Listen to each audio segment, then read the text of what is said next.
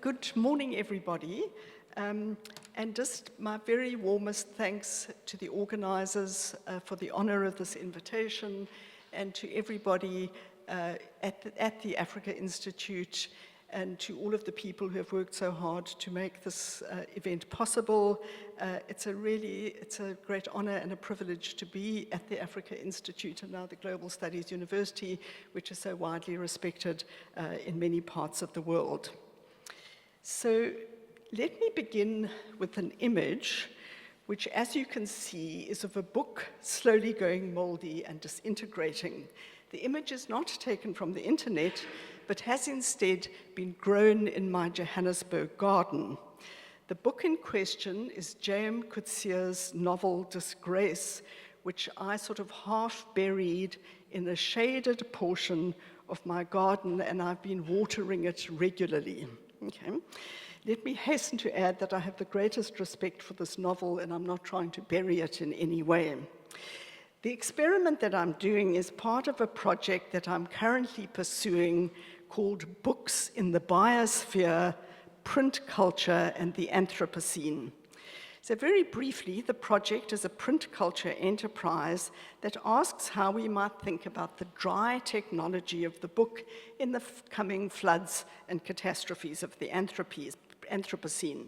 It takes the dry indoor technology of the book outside and immerses it in the elements, both analytically and actually.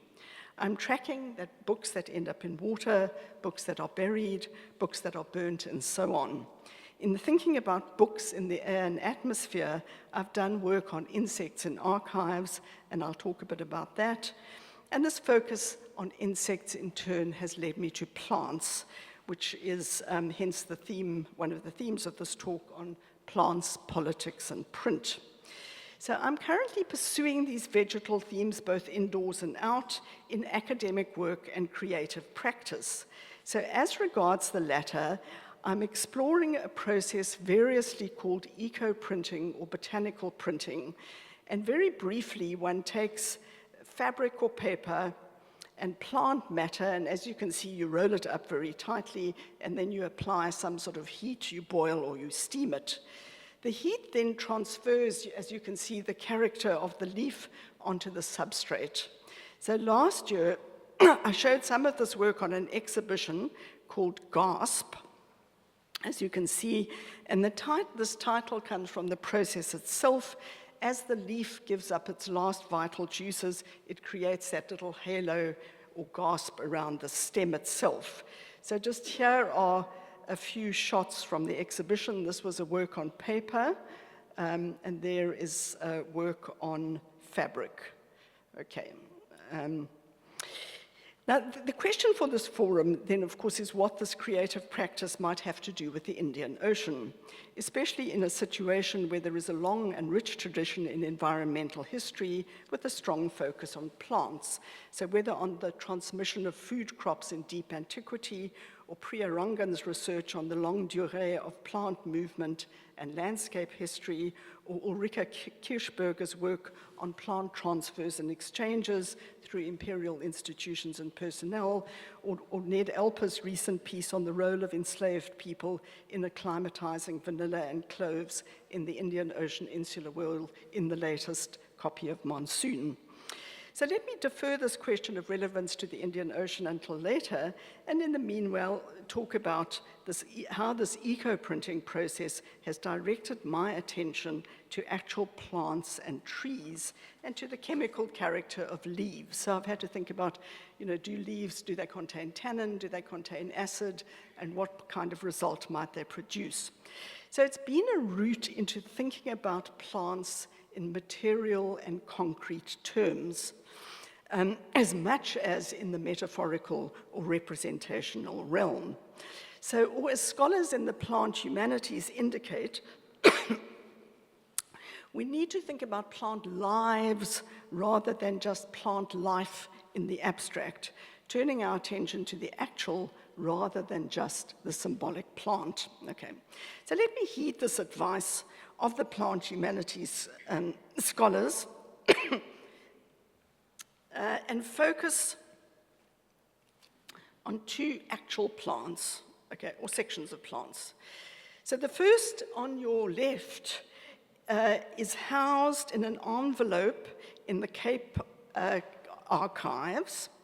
And the section of this plant was collected in the sort of far north of what's now South Africa in June 1906, and forwarded for identification to the herbarium at the South African Museum in Cape Town.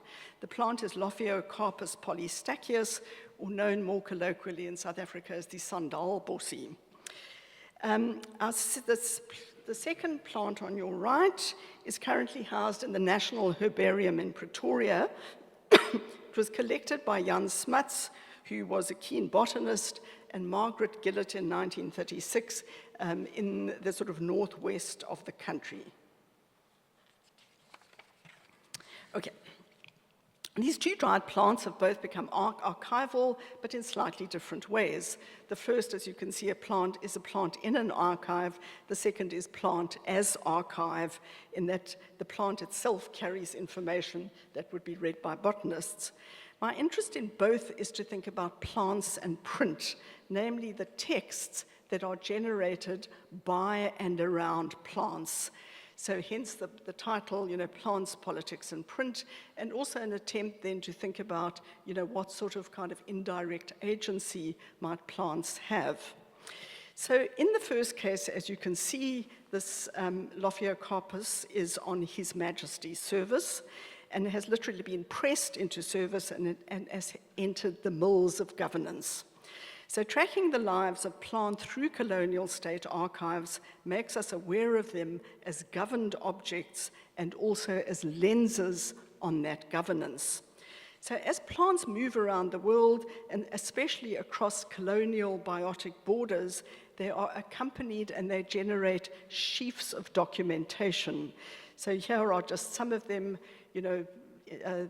certificates, permits, as you can see, plants, inspection of plants in transit, certificates, there are fumigation certificates, insurance certificates, and so on. So as you can see, the plants then, in fact, tend to generate, these sheafs of documentation as they travel. So these printed documents then are used to govern plants in transit, determining where they can and can't go.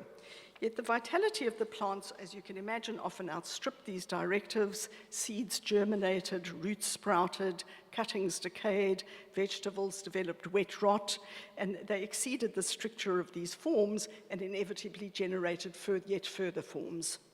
Now, the plant itself, I think, stands as an image in miniature of border governance, a potentially contaminated object that had to be cleansed before entry is permitted. So in this guise, I think the plant often offered a model for how to govern other tricky items. So as I've shown in dockside reading, customs officials were the people who scrutinized printed matter entering colonial ports to check that it was not subversive in some way. At times, the treatment of plants then acted as a model for censorship work. So incoming plants were scrutinized by plants inspectors and to check for any kind of disease or contamination, and they could be refused entry. So I think these protocols offered customs officials who were never keen readers a model for how to conceptualize their work as censors and as working with books. So the content of subversive publications is understood as a troublesome substance, rather like a microbial disease to similar what might lurk in plants.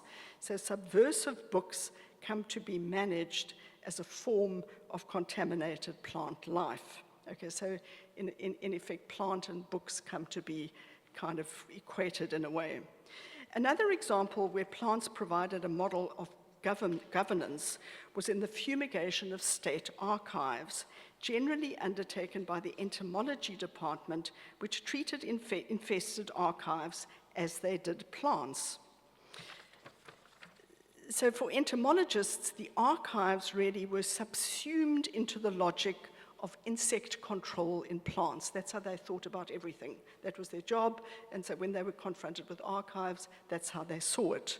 So they thought about the documents and volumes in archives like so many closely packed leaves, or a kind of monocrop in need of pesticide. In short, they treated the archive as a kind of failed plant. So just to give you an example, in proposing the use of methyl bromide in archives, a report from the 1920s spoke only of its effectiveness in relating to eradicating insects on plants and in stored food, not actually on paper or archive setting.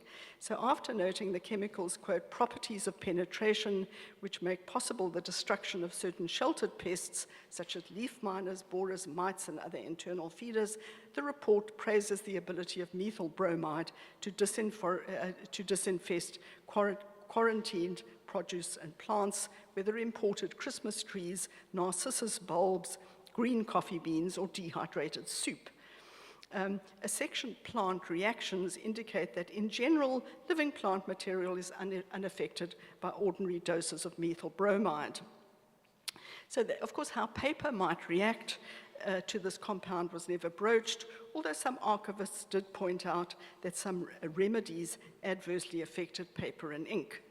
Most archivists, however, deferred to entomologists, and in the 1940s, archival documents from Cape Town were fumigated, in fact, in the entomological and plant quarantine station in Cape Town, a practice that further reinforced this link of documents and plants. So for entomologists, the archives were subsumed, as I say, into the logic of insect control in plants. Archives were implicitly a kind of species of herbarium, their documents, again, as I say, some sort of kind of failed monocrop. So oddly enough, this view of archives as failed or mutant plants was probably shared by the insects themselves. As Emma Solberg in her article, Human and Insect Bookworms indicate, bibliovores insects tend to treat books like a habitat, akin to a log where they would kind of burrow on the outside. And this is how they tend to treat books. So the book is treated as a kind of habitat. So she says, conveniently for us, bookworms, which is this term for all sorts of insects, prefer the exteriors and edges of books to the interior or the center. They tend to make their tunnels, holes, and burrows in the covers, gutters, and margins. Yet, in treating books like plants, insects must have considered them as rather sad specimens of vegetation, unable to produce any of their own defenses. And as you know, most plants and trees have a range of protective mechanisms against herbivorous insects, or at least those they have co-evolved with. There are alarm chemicals, and compounds to disrupt insect digestion and so forth and so on. Okay, so without any of these, books must have resembled sort of rather sad and failed plants, a concentration of cellulose unable to defend itself in any way. So let me move on then to the second example on your right, which is it's Commelinea africana. And there is, of course, much to say about this. As I say, it was collected by Jan Smuts, and there's much you could say. Smuts has written extensively on botany and holism, but that has been very extensively discussed, so I'll pass over that. And rather let me focus on some of the lesser-known texts generated directly or indirectly by Commelinea africana. So first of these, some of these would be the little texts that you invariably get on these herbarium sheets. And here just are some examples. The herbarium sheet, of course, is a key technology of imperial botany. It's akin to the botanical illustration that extracted the plant from its environment, made it portable, and entered it into the Linnaean binomial system, and also into the Gregorian calendar. So plant time then sort of enters human time. This question of portability was important, especially before glazed plant boxes made sea transport of live plants possible, living plants apparently being very difficult to transport by sea. Yet there are further dimensions to explore, since the herbarium sheet brings us closer to particular botanical lives, okay? So this is a particular plant collected in a very particular place, and it also allows us, as I say then, to think about the way all the little texts around the plant. There are labels, there are stamps, there are handwritten notes, there are tags, there are stickers, there are maps. If you can see the middle one in the top left-hand corner is a map. There's the name of the collector, and in some instances, the name or initial of the person who actually mounted the herbarium sheet, and a lot of these often in different languages. Now, the texts then often tell us about the travels of the plant, and just this one is taken from the virtual herbarium of the Botanical Survey of India, and as you can see, it's a species of helichrysum collected in 1914 in Durban, and then at some unspecified date transferred to the Calcutta Central Herbarium. It was collected by J. Medley Woods, who was a botanist in Natal who worked on ferns and also on sugarcane. So the specimen probably formed, part of an exchange between the two herbaria, which is a common practice both then and now. So the accompanying notes on the specimen indicating its locality and habitat constitute really something of a genre of its own. I've extracted, so you get little descriptions, of where the person found the plant, and I've extracted a few of these just to give you a sense of what the character of some of them, and I've strung them together, and as you can see, it makes a rather charming little lyric poem.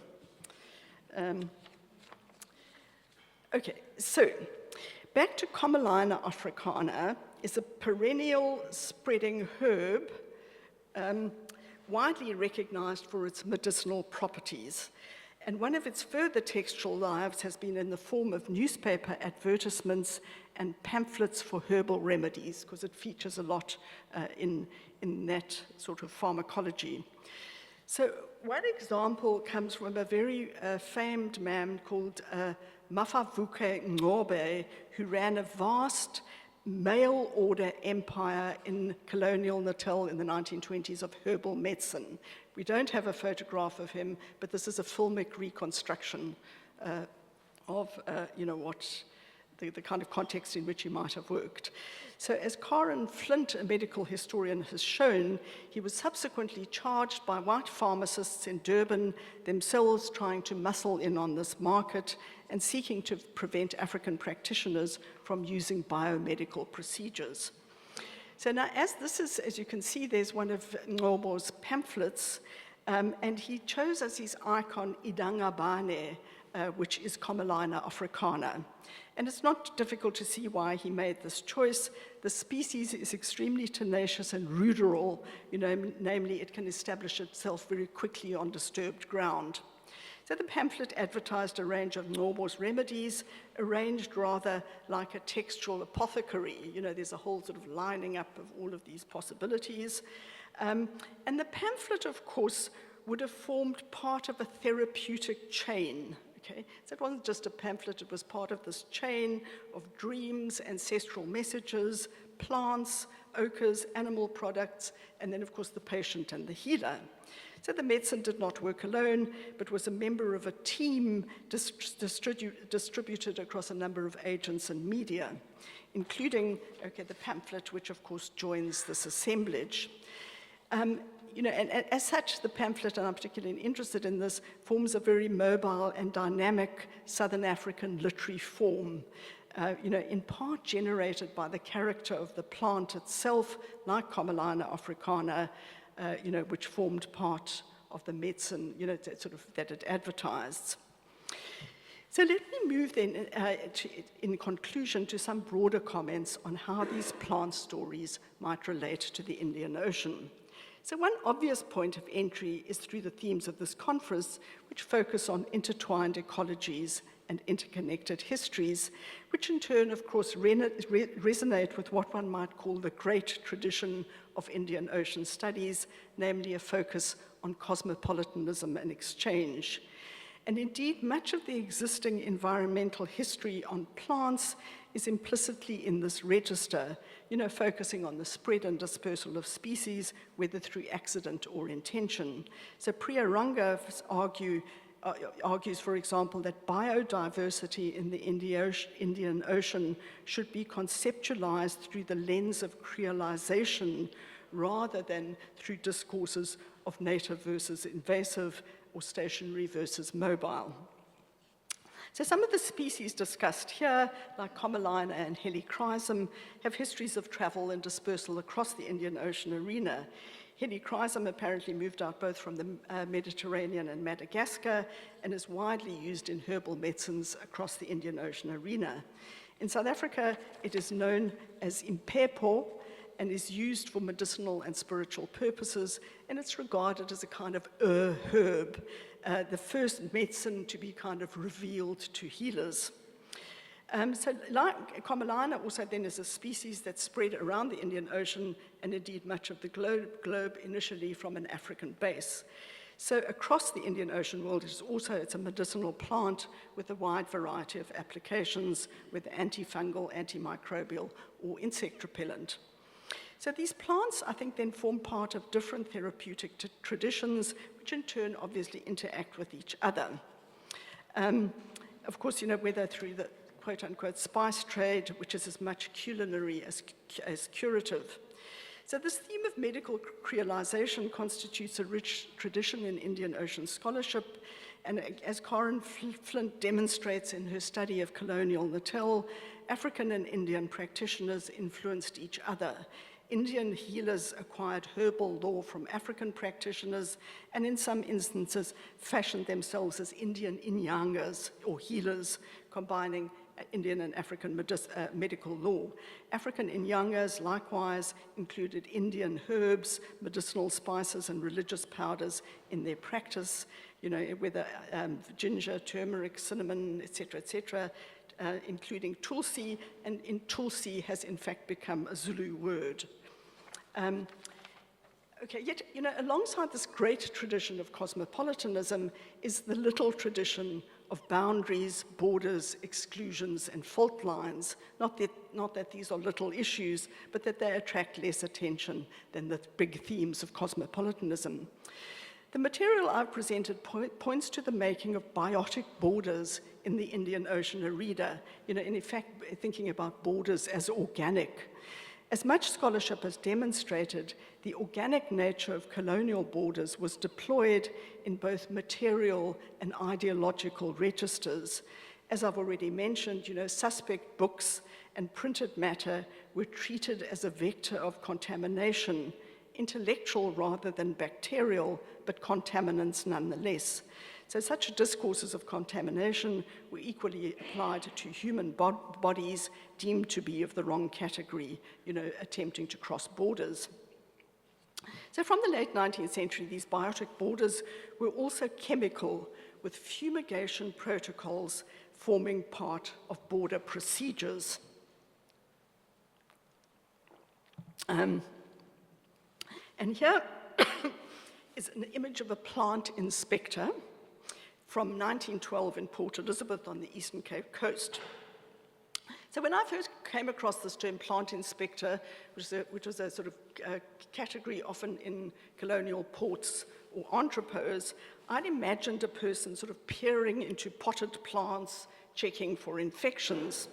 This may, in fact, have been what happened when the office was first introduced into British colonies on the southern African coast, probably from about the 1860s or 70s, and it was initially a perquisite for senior customs officials, but by 1903, it had been taken over by the entomology department in Cape Colonies, and it was headed by a man called Chancellor Doonesbury, who had been trained in the US. So, and partly through that US experience, the department became heavily invested in practices of fumigation and pesticide as a necessary sort of border bulwark against what were called injurious insects and as a hallmark of modern agriculture. So this image, as you can see, shows a plant inspector in a fumigation chamber preparing fruit tree stocks for cyanide fumigation. So in 1912, such cyanide-based methods were considered cutting edge, a modern replacement for sulfur-based methods of fumigation. So these cyanide-based methods were first used in the Californian citrus industry in the 1880s, and they involved derivatives of hydrocyanic gas, and were very enthusiastically promoted by entomology departments across the British Empire. So as these methods took hold internationally, a variety of commercial applications of hydrocyanic gas as a pesticide were developed, most notoriously through Zyklon B, which was, of course, to become the genocidal instrument of the Nazi regime. So patented in Germany in 1923, the compound was actively marketed as a pesticide in several regions of the world, including South Africa, where it was used until the 1950s as a pesticide. So just here is some advertising material. And just interestingly, on an Indian Ocean note, the danger, you can see the little danger pamphlet is issued in English, Afrikaans, Zulu, and Tamil. Where are we? Okay. So the plant inspector then in Port Elizabeth represented an outpost in the chemical empire, called into being, of course, by insects, plants, inner structure of plantation and monocropping economies. It reminded me of Anna Tsing and her colleagues in their fantastic website, Feral Atlas, what they called feral infrastructures, which emerge, and I quote, when non-human entities become entangled up with human infrastructure projects. These constitute feral ecologies that have been encouraged by human-built infrastructures, but which have developed and spread beyond human control. This question then of insect, plant, in the chemical empire is a global story, but it would certainly have Indian Ocean manifestations. One part of the story would be a history of what was called economic entomology, entomology in relation to capitalist agriculture. A central protagonist would be a man called, in the story, would be Harold Maxwell Lefroy, whose dates are 1877 to 1925. He ended up as professor of entomology at Imperial College in London. He gained much of his experience in the West Indies and British India, and from this latter vantage point, he thought really about the Indian Ocean world as a kind of entomological zone. He was interested in locust fungus used in South Africa to control locusts, and he believed that indentured laborers returning from Uganda who had been bitten by the tsetse fly could become vectors for sleeping sickness in India. So another strand, I think, in the insect plant chemical matrix would include paper, okay? And it would obviously pertain to archives. So as I've described, this interaction of cellulose, insect, and fumigation had implication for how archives came to be defined. This question has a fascinating Indian Ocean dimension, apparent in a rather obscure volume called A Manual of Tropical Archivology, published in 1966. The volume was edited by a man called Yves Perrotin, who was archivist of Réunion in the 1950s. He was also a great friend of Auguste Toussaint, the famed pioneer historian of the Indian Ocean. The idea for this volume and the term itself emerged in 1960s in Tananarive at the first Congress of the Indian Ocean International Historical Association, in which Toussaint played a major role, and it seems to be one of the people who has suggested this term, tropical archivology. In his comments in the volume, Perrotin notes that the tropical archivologist, quote, will have to be versed in entomology and be something of a physicist and a chemist, even of a meteorologist. Everything concerning natural variation in temperature and humidity, and especially the means of correcting them artificially, will have to be common knowledge to him far more than the science of cartularies. So this comments on archivists and meteorologists, of course, invoked Robert Ruffell's work on how cyclones in the Indian Ocean were understood in relation to the sugar industry. And I think here we have a minor version of the same thing. An understanding of meteorology informs a theory of the archives. It is an appropriate point at which to end this talk, which started with books in the biosphere and ends with archives and meteorology. It also takes us back to the title of the conference, Intertwined Ecologies and Interconnected Histories. So archives, one of the intellectual infrastructures of history writing in the Indian Ocean, turns out to be far more intertwined with atmospheres and ecologies than one might initially think. Thank you. Hi, Isabel. Thanks for a wonderful keynote. Could I sort of invite you to talk, this is about plants, to talk about trees, right? And where you see these kind of featuring, which are, of course, their specimens maybe move less easily or are less sort of archivable, I guess.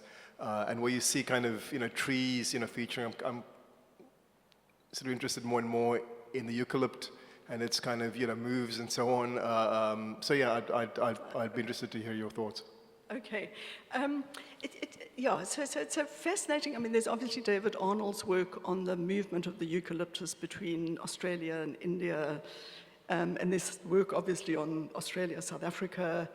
I think the really interesting, and I think he also makes this point about how it's very much part of establishing the landscapes of settler colonialism, because eucalyptus trees were believed to sort of purify the air and make it sort of safe for settlers. Ulrike Kirchberger also makes this point about human time and plant or tree time. And so partly you can see with the herbarium sheets, it's partly also this question of how plants are then introduced into human time, introduced and made part of sort of calendrical time. But also she makes the point that there's always this question that plants grow too quickly or too slowly. So trees are often seen as, irritating because they don't grow fast enough, but then other plants like prickly pears are seen as a possible menace because they grow too quickly. So it becomes then this, I suppose, this whole question, how plants, broadly are taken up in colonial structures, but also how people, how they become, as I say, these objects of governance in so many different sorts of registers. I really liked your discussion of cosmopolitanism in relation to the plants. So thinking historically, can a plant be cosmopolitan?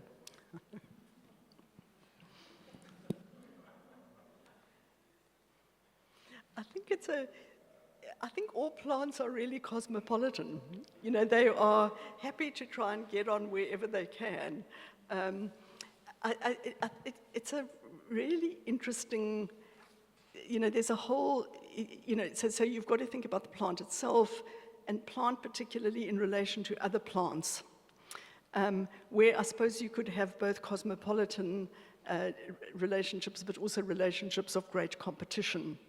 But I think it's a really sort of interesting question also about whether, are certain plants made to be cosmopolitan? So there's wonderful work, for example, on the history of the palm tree, and the ways in which it's kind of really partly through a sort of British imperial fascination with this sort of apparently ancient and biblical tree, is then distributed across the world. So honestly, in Johannesburg, you can look up and you will see a palm tree. And so that also then, it's a very interesting question about how, and it touches, of course, on the whole sort of commerce of plants themselves, and how, for example, there's a massive nursery industry which then retails and sells particular sorts of plants. Those structures themselves are obviously tied up then with questions of labor. So for example, in colonial Natal, indentured labor was used a lot in these commercial nurseries. So again, it's a question then of plants that are made, how are plants made cosmopolitan through forms generally of kind of unfree labor. Yes. Thanks, Isabel, for a really fascinating talk, and I can see different strands of your own work coming together. I want to ask you that given the political moment we are in, where we are reconsidering certain kind of inherited assumptions about liberal individualism and the way humanism has been a kind of guiding ideology, at least in the West, but also globally.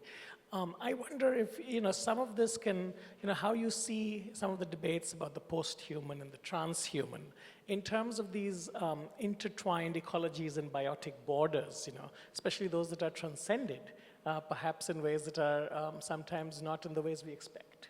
And what does it mean to be living with, entities, with the non-human in ways that we have not perhaps conceptualized in Western political thought, at least? Okay, thank you. I mean, I think it's a question, obviously, that we're all sort of grappling with it at the moment, and it's kind of key concern of this conference. And I suppose it is. Partly, I suppose for me, I've kind of. So I've worked a lot on, I started off working on the Indian Ocean, which in fact in South Africa had this really interesting history, which was very much tied up with the political transition in 1994, which was a transition both into democracy but into a rapidly globalizing world. So, out of that we all said, okay, what sort of global studies could we do that would be appropriate to that moment? And we all got interested in the Indian Ocean, but in a entirely human-centered way. Okay. So then it was sort of, I find the very difficult process of trying to unlearn that. And that's the hardest sort of thing to do because you're so trained, your disciplinary training is very deep. So part of the story is how do you unlearn? Partly, I think it's also a question of doing an apprenticeship. So when I started this work on insects, I signed up for a course called Bugs 101 on entomology through the University of Alberta. Now you can do all these fabulous courses for free. So I'm really a sort of bookish, sort of nerd at heart. So I was delighted to do my little Bugs 101 and pass all the assignments. And I found that really, really useful. And I think it is that thing that you have to go and do some sort of apprenticeship because you're now required to know all sorts of things that you really, you weren't trained in, you know very little about. The same thing with plants. I signed up for a course called What Plants Know, which is sort of trying to think about plant intelligence. And I found that extremely useful. And for me, always the really useful thing in that sort of transdisciplinary thing is to find ideas to bring back to your discipline. It's not, you're forever going to be a sort of neophyte in, whatever discipline you're trying to learn. But it's this thing of then looking around and finding really things that can be generative to bring back to your sort of home base. So that's sort of kind of how I've kind of proceeded with, as you say, with the struggle and difficulty. My name is Ali Mustafa Lawal. I have one question, which is coming from literary perspective. So when you spoke about the plants and trees, I wanted to know if there is any symbolic meaning of these plants in the literature of Indian Ocean. For example, I know in Arabic literature when they talk about date tree, so it indicates pride and generosity. So I don't know if you have tried in your research to figure out the symbolic meaning of these plants That's my question. Thank you so much. Thanks. That's a great question. If you're interested in that now, there's very interesting work in the plant humanities, much of it in the field of literature. So, people are grappling with this question about how do you think about the symbolic meanings of plants, but how do you go beyond that? Because simply to think about the symbolic meaning of plants is to simply move the plant into the human domain. So what does the plant mean to the human? And so a lot of literary scholars then are trying to think, are there stories in which plants kind of almost outwit the writer? And if you're interested, there's a book called Novel Cultivations by Elizabeth Hope Chang. It doesn't really deal with the Indian Ocean, it deals much more with the Atlantic. But it's a very interesting book in terms of method. And she talks a little bit about, in fact, the prickly pear. And the prickly pear features in a lot of Southern African literature, and in fact, I'm sure quite a lot in other regions around the Indian Ocean. And she looks at a novel in which the prickly pear features on a farm. And she thinks, what about, instead of thinking about the prickly pear on the farm, let's think about the farm through the prickly pear. Okay? What does the farm then mean to the prickly pear? So I think that's an interesting sort of method, as I say, to both think about the symbolic meaning of plants, but also to move beyond that. Thank you so much for this talk. I thought it was really lovely and incredibly fascinating. I wanted to come back to the place where the talk started with the question of book materiality and this really provocative argument that, or provocation, I suppose, that you made about the book as a dry technology that has to kind of move forward into a wetter Anthropocene. And I guess, I'm sorry if this is an unfair question, but I suppose I wanted to ask whether your research on plant materiality and on the kind of chemical composition of plants and their different temporalities, whether that leads us to any kind of an outlook on how we might make books differently in the Anthropocene. Okay, thank you so much. I mean, I think it is a really interesting question because generally, I think the book, the Anthropocene, of course, is changing the scale at which we have to think about everything. I think also it's the age, there's really interesting books now, there's interesting work on books as waste. And how so much also stuff that's entering landfills is in fact books which have sort of lost their value as physical objects. So I think that might be one interesting way to think about it. I'm sort of also really interested to think about, once you think about books, we're very accustomed to taking for granted that books are indoor objects and they're sort of sequestered with the human. So what does it mean then to start trying to think about books in other contexts? So partly one of the things I did in the dockside reading was to look at these censors in port cities who, if they censored a book, they would often throw it into the ocean. So you've got a really fascinating thing there where the ocean becomes a medium of censorship. Okay? So that both changes, how we think about censorship, and then it also has this fascinating thing about how do you think about all of those drowned books? What is it? Are they lost forever? Do they create a certain kind of? Do they have possibly even more potent afterlives, which is often what happens to books that are banned? Those sorts of things. And then I'm just out of this insect work has become very interested in this category called books in the tropics.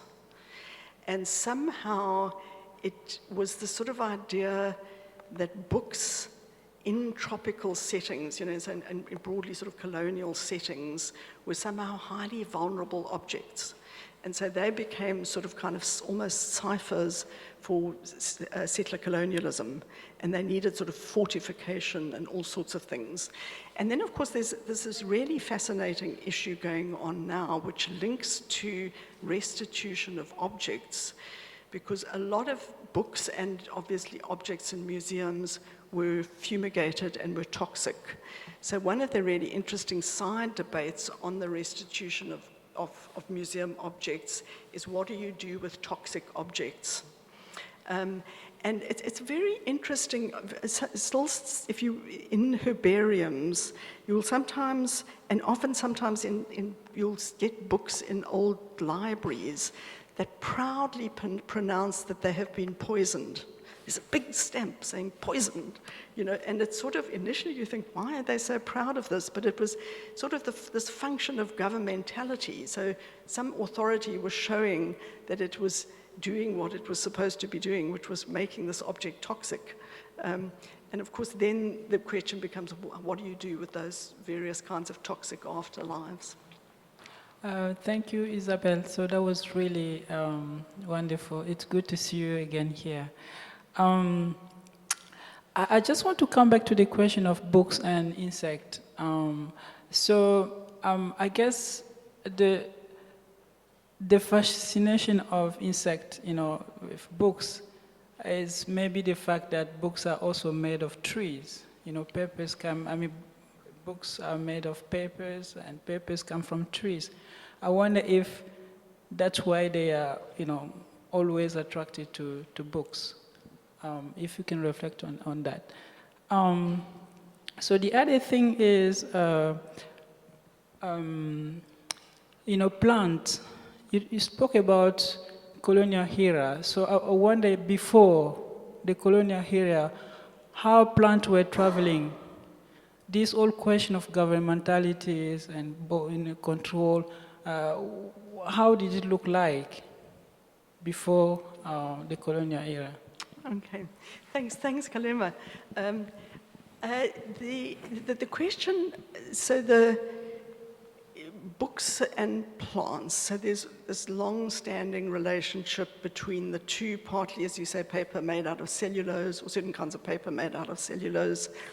But also, of course, parts of books are named after trees or plants, like the leaf. And there's been a very long-standing, the two to think with each other. So for very often you got like the idea of the anthology was thought of as a garden. And a garden was thought of as an anthology, because both were collections. So an anthology is a collection of texts, and a garden is a collection of plants. So there's been this very, very long-standing relationship, which of course we've sort of, you don't often think about, but is very much embedded, in very different kinds of definitions of the book. As regards this kind of, the question of the much longer histories of thinking about plants, I think it would be really important. You sometimes get, that the sort of binary opposition, colonial rule is very much, about governmentality, and then this construction of the pre-colonial is somehow free from that. So you get some quite sort of romanticized ideas about indigenous knowledge, and all of that. But those forms of knowledge are, of course, tied up with structures of power. So again, I would be interested, that's the route I would go, is to think about, okay, what were these forms of knowledge, who had access to them, who didn't have access to them, how were they deployed, how were they used, and it would be a sort of slightly different form of a different sort of governance, if you like.